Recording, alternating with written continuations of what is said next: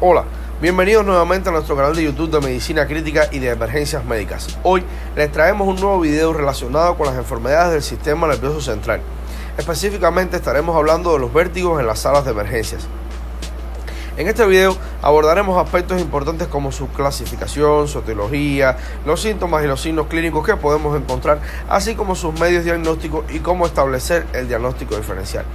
Antes de comenzar nuestro video, nos gustaría recordarte que tu apoyo a nuestro canal cuenta. También recordarte que dar like a nuestro video es totalmente gratis y que para permanecer atento a todo el contenido de nuestro canal, solo basta con suscribirte y activar la campanita. Esto hará que YouTube siempre te notifique cada vez que subamos nuevo contenido y nuevos videos a nuestro canal. Sin más, comenzamos con nuestro video. Para iniciar nuestro video queremos decir que el vértigo es el síntoma principal de la disfunción vestibular. Se define como la sensación ilusoria de movimiento que puede ser del ambiente con respecto al individuo o del individuo con respecto al ambiente.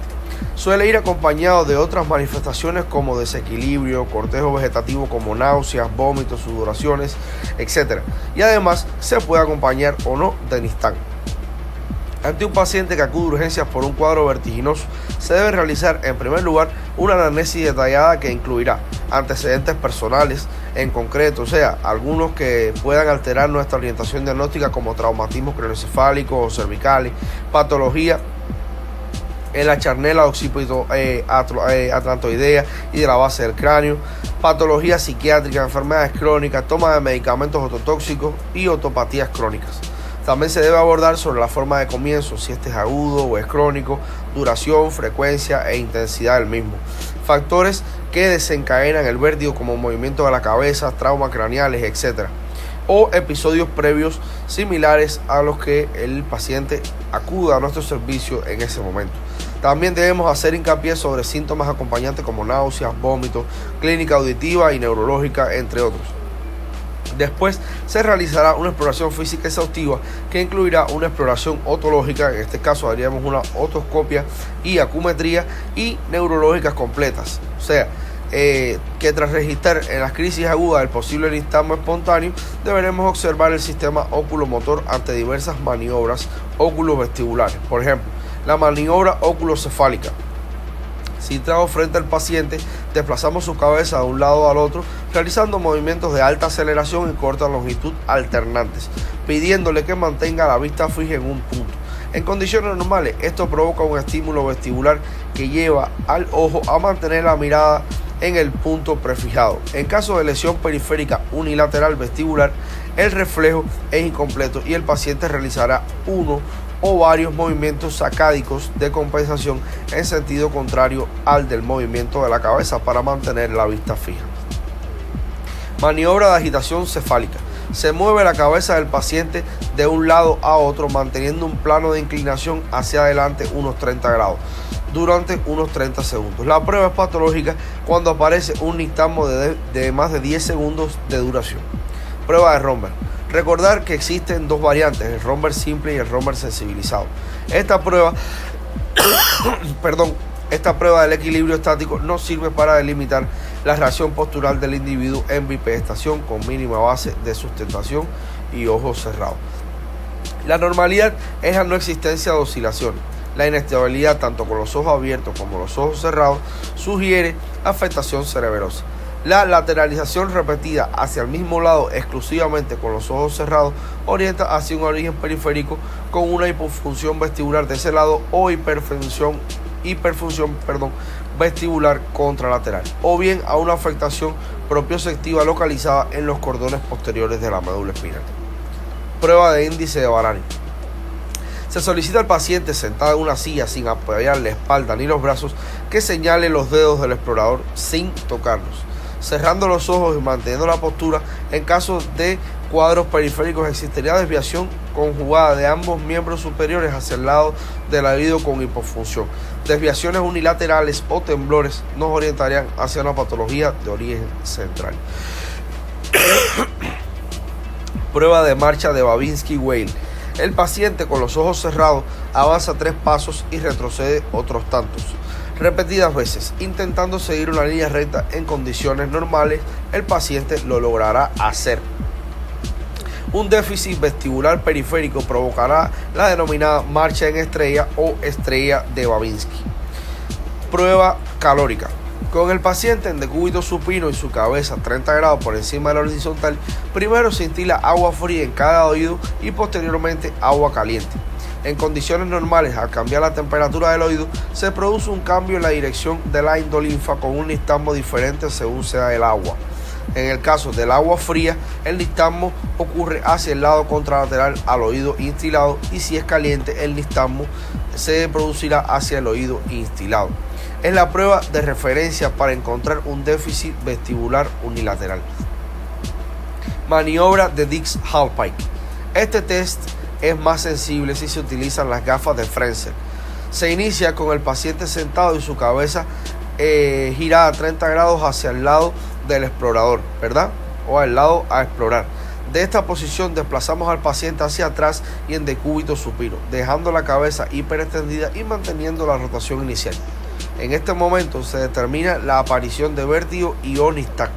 Una vez haya cedido, retornamos al paciente a la posición de comienzo y de una manera rápida, volviéndose a objetivizar o a observar la reacción ocular.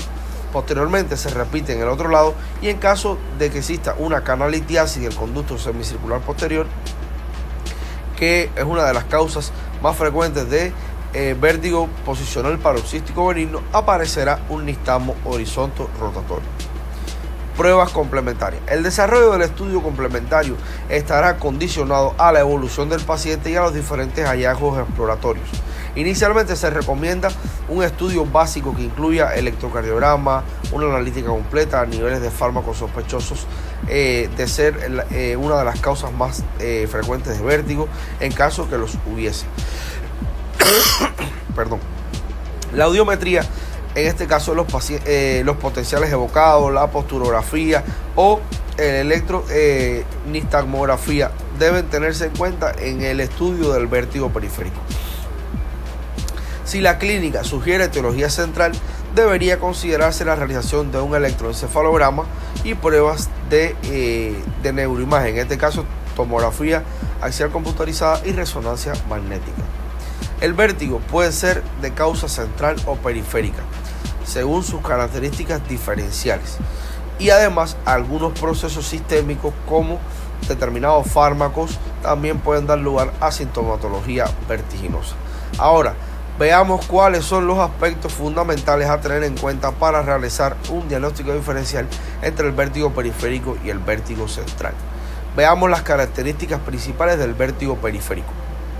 Es de inicio brusco, una frecuencia que ocurre por episodios, es muy intenso, aumenta con el movimiento cefálico, tiene un cortejo vegetativo muy intenso y se acompaña de clínica auditiva en algunas ocasiones. Además que no tiene clínica neurológica y evidentemente el nistagmo sería horizonto rotatorio. En el caso del vértigo central, digamos que tiene un inicio insidioso o larvado, que con una frecuencia aumentada, en este caso que es un vértigo constante, que su intensidad es poco intenso, que no aumenta o es invariable con el movimiento cefálico. Además de esto, el cortejo vegetativo es leve o está ausente, y además que no se acompaña de clínica auditiva acompañante, excepto en el neurinoma acústico. Además que en el vértigo central la clínica neurológica sí está presente y el nistagmo es multidireccional uni o bilateral. Las causas sistémicas de vértigo las podemos encontrar con fármacos y tóxicos. En este caso encontramos los aminoglucósidos, la furosemida, la hidantodina, opiáceos, alcohol, monóxido de carbono, quinina y quimioterapia. Encontramos también el vértigo psicógeno, en este caso la ansiedad y la agorafobia, que no es más que la sensación de temor en lugares públicos. También tenemos la hiperventilación, la anemia severa, el mixedema, que produce vértigo por la retención de líquidos a nivel vestibular, que en algunas ocasiones simula una laberintitis, y en el caso de diabetes, que se han descrito vértigos posiblemente relacionados con la mononeuropatía diabética. Hagamos énfasis ahora en el vértigo periférico. Se caracteriza por una sensación bien definida de tipo rotatorio. Es de inicio súbito y de corta duración de la crisis. Tiene carácter recidivante, intensidad importante y se acompaña de un cortejo vegetativo bien florido. Síntomas otológicos como hipoacusia, acúfenos y de un nistagmo unidireccional horizonte rotatorio con fase lenta hacia el lado de la lesión que se agota con la fijación de la mirada.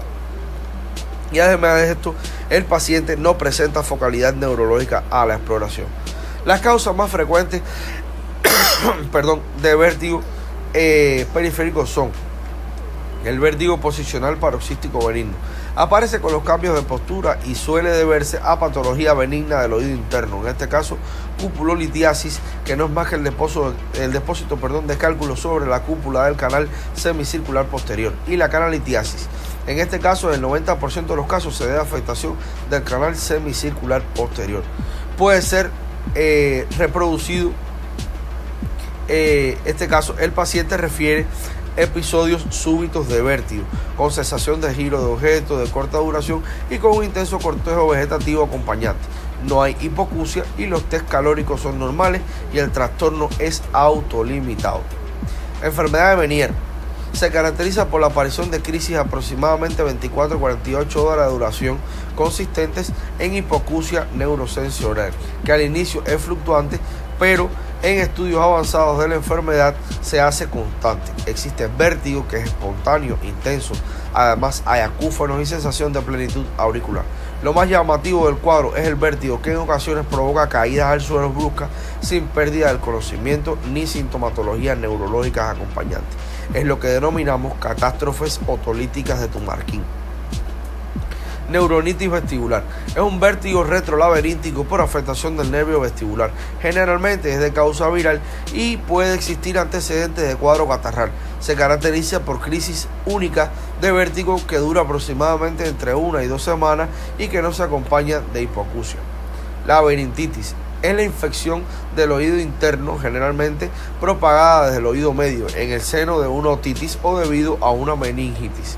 Aparece hipoacusia asociada a vértigo intenso, el cual suele remitir en el transcurso de 48 a 72 horas. No así la hipoacusia, que puede llegar a ser en este caso permanente. Hablemos de otra causa de vértigo, que es el neurinoma del acústico. Es el tumor más frecuente de los procesos expansivos de la fosa posterior y suele manifestarse como un síndrome vestibular periférico retrolaberíntico. Los síntomas dependen del tamaño y de la localización exacta de la lesión. Al principio suele aparecer síntomas cocleovestibulares, en este caso hipoacusia, acúfenos y vértigos, y posteriormente cefalea y síntomas derivados de la compresión de estructuras vecinas o de la hipertensión intracraneal. Para su diagnóstico resulta fundamental la resonancia magnética nuclear y el tratamiento se sustenta fundamentalmente en la cirugía. Fístula perilinfática. Secundaria generalmente a otitis medias crónicas, patologías traumáticas y más frecuentemente a un colesteatoma. Cursa con vértigo, hipoacusia fluctuante y otorrea. En este caso, la característica de la otorrea es que aumenta con las maniobras de Valsalva. La sintomatología suele autolimitarse a pocos días. En el caso del vértigo central, es menos frecuente que el vértigo periférico. Se caracteriza por presentar alteraciones neurológicas asociadas y un nistagmo multidireccional que no se suprime con la fijación de la mirada y que suele ser horizontal o vertical puro. Suele acompañarse de poco cortejo vegetativo. Para su diagnóstico debemos recordar que es necesario realizar una prueba de neuroimagen como la tomografía axial computarizada. En caso de que el ataque sea normal, deberá realizarse una resonancia magnética para descartar procesos vasculares o desmielinizantes del tronco cerebral. Entre sus causas más frecuentes se encuentran la isquemia vertebrovascular, esclerosis múltiple, tumores de la fosa posterior, epilepsia, en este caso crisis del lóbulo temporal en niños, migraña vertebrovascular, y en el caso de las enfermedades infecciosas encontramos infección por el herpes zoster, y en el caso de traumatismo, los traumatismos cráneoencefálicos. Hablemos de vértigo postraumático, más frecuente en el traumatismo craneoencefálico cerrado. Su diagnóstico y tratamiento va a depender de los síntomas asociados y de los mecanismos desencadenantes. En caso de que aparezca con un cuadro vertiginoso similar a un vértigo posicional, se tratará como el no debido a un traumatismo craneoencefálico. Si el vértigo es inducido tras una maniobra de Valsalva, probablemente se trate de una fístula perilinfática. Esta se caracteriza por la variabilidad del vértigo según la posición de la cabeza o su aparición junto con nistagmo tras comprimir el trago. Cuando aparece pérdida de la audición unilateral y se observa otorragia o nistagmo, se debe realizar una tomografía axial computarizada con ventana ósea para estudiar el hueso temporal. En caso de fractura o aparición de parálisis facial, se deberá remitir a un servicio de neurocirugía, y en caso de que la tomografía axial computarizada sea normal, se realizará una resonancia magnética para examinar el tronco cerebral y la existencia de posibles contusiones o hemorragias en la zona. Si las dos pruebas de imagen resultan normales, se considerará el diagnóstico de contusión laberíntica y se tratará con sedantes vestibulares.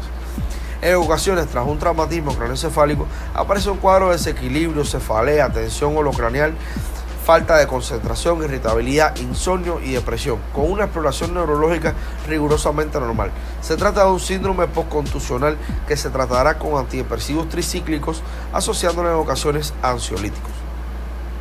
Y hasta aquí nuestro video de hoy. Espero que este tema te haya gustado mucho, que hayas aprendido algo nuevo o que reafirmaras y refrescaras tus conocimientos sobre este tema que te permite establecer un adecuado diagnóstico clínico imagenológico de los vértigos que nos toca enfrentar en las salas de emergencias. Estaremos abordando muchos más temas relacionados con las enfermedades del sistema nervioso central en salas de emergencias. Así que si no quieres perderte ninguno de estos videos, te sugiero que le des un fuerte like al video, te suscribas a nuestro canal y no te olvides de activar la campanita para que YouTube siempre te notifique sobre nuevos videos y contenidos de nuestro canal, y seguir hablando de esta forma de medicina crítica y de emergencias médicas. Un fuerte abrazo y nos vemos en el próximo video. Chao.